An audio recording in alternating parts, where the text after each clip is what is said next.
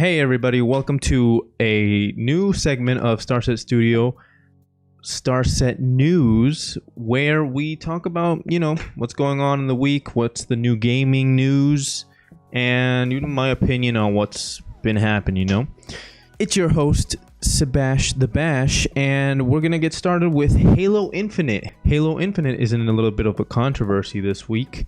The graphics don't look that sharp, they look a little bit plasticky. 343 wants to return to its roots when it comes to Halo overall atmosphere and aesthetic, going for a more cartoonish feel than a realistic one. They have addressed that the pop-in animations and the plastic-like look to it, saying that they are aware that they have more work to do until the final game is ready. So, we shouldn't be judging until it actually comes out. I, for one, think that the gameplay looks pretty cool. I've been a Halo player since I got my first Xbox, and I'm digging it. But, when I first saw the game, I'm like, what the fuck is this, right? It's like you're trying to get a Halo game. You see the 4 and the 5. They're like, oh, wow, these graphics, they're pretty cool. And in the end, they just end up looking like these plastic dolls, a Toy Story movie, Halo style, that kind of thing. Another bit of news that came out this week is that the multiplayer is free to play. It came out as a leak first, and then 343 was like, what the hell? We might as well tell it. It said 343 confirmed that the multiplayer will be free to play, stating Halo is for everyone. Now, they probably...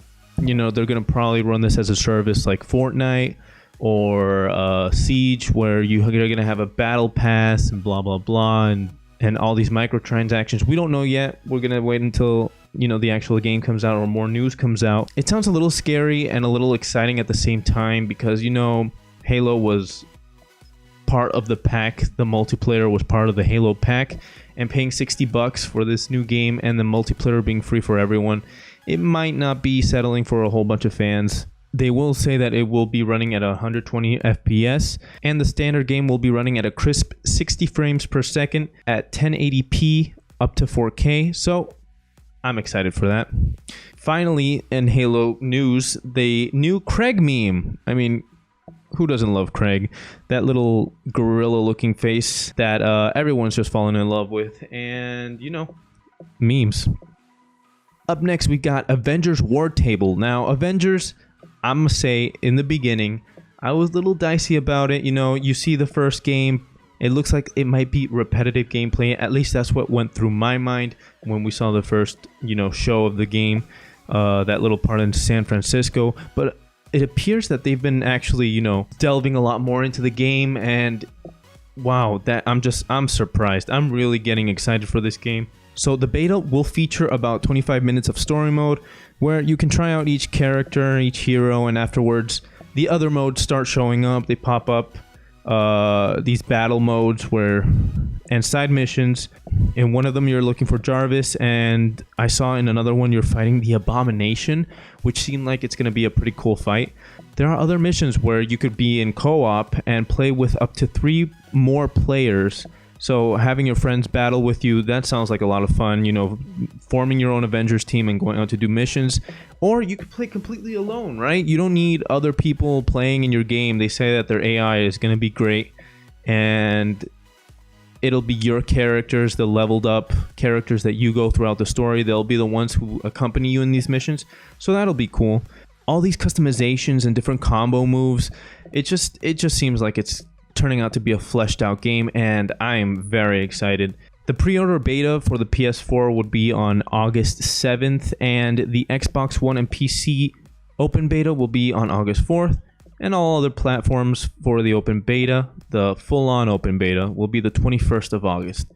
And, the full Avengers game comes out September 4th, which I will be getting. I am very excited for this game. Also, at the Wartable, they showed the first reveal of the character post-launch, which is going to be Hawkeye. Now, Hawkeye, is one of the original Avengers in the movies and in the comics, so it makes sense to have him first. And it seems like they're going to use a Rainbow Six Siege type thing where every once in a while new characters come out and new missions come out, so you can be able to play these characters and flesh them out even more. So it's getting to be a really big game, and I'm excited for it. In other news this week, Cuphead PS4 came out with the trailer. The trailer looks pretty nice. I dig it. I love Cuphead. When it first came out, I bought it on my Xbox and I loved it. I raged so hard, but the bosses, the colorful bosses, the colorful characters, the old cartoonish aesthetic, that drew me in, and I loved the game through and through. Now, it took me a while to beat it, but it was a great game. And they also said for the Xbox players, there will be a free update. So get Cuphead today. It's available for PS4. Destroy All Humans came out. Alright.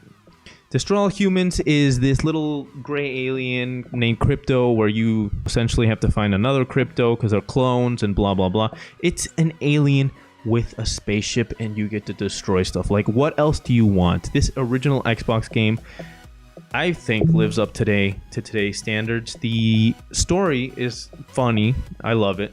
And the graphics have been updated. So, like, it's a crisp new place with these lighting graphics and this cartoonish environment where you get to destroy stuff, and it's just plenty of awesome fun.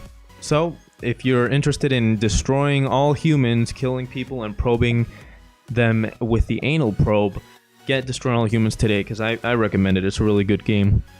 Flight Simulator. Now that looks like it's going to be an awesome game. It's going to be coming out for the Xbox One. Later, I know in PC it's coming out August 18th. Now, this game is looking to be a very beautiful game. If you're one of those that like sightseeing, because what else are we gonna do nowadays? I can't believe this game. This game looks amazing when you're flying, when you're, trying to land. If you get closer, obviously it doesn't look that good. These are satellite images. They try to be as close to the real thing as possible, but fuck it, it looks pretty good. And finally, will there be an Xbox conference in August? It looks like they are hinting at it.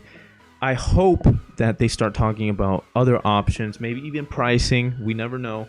The Series S, the discless little console version of the Series X, it might be coming out. We don't know. There's still rumors, but they haven't confirmed it yet, and we're hoping that for August they confirm it.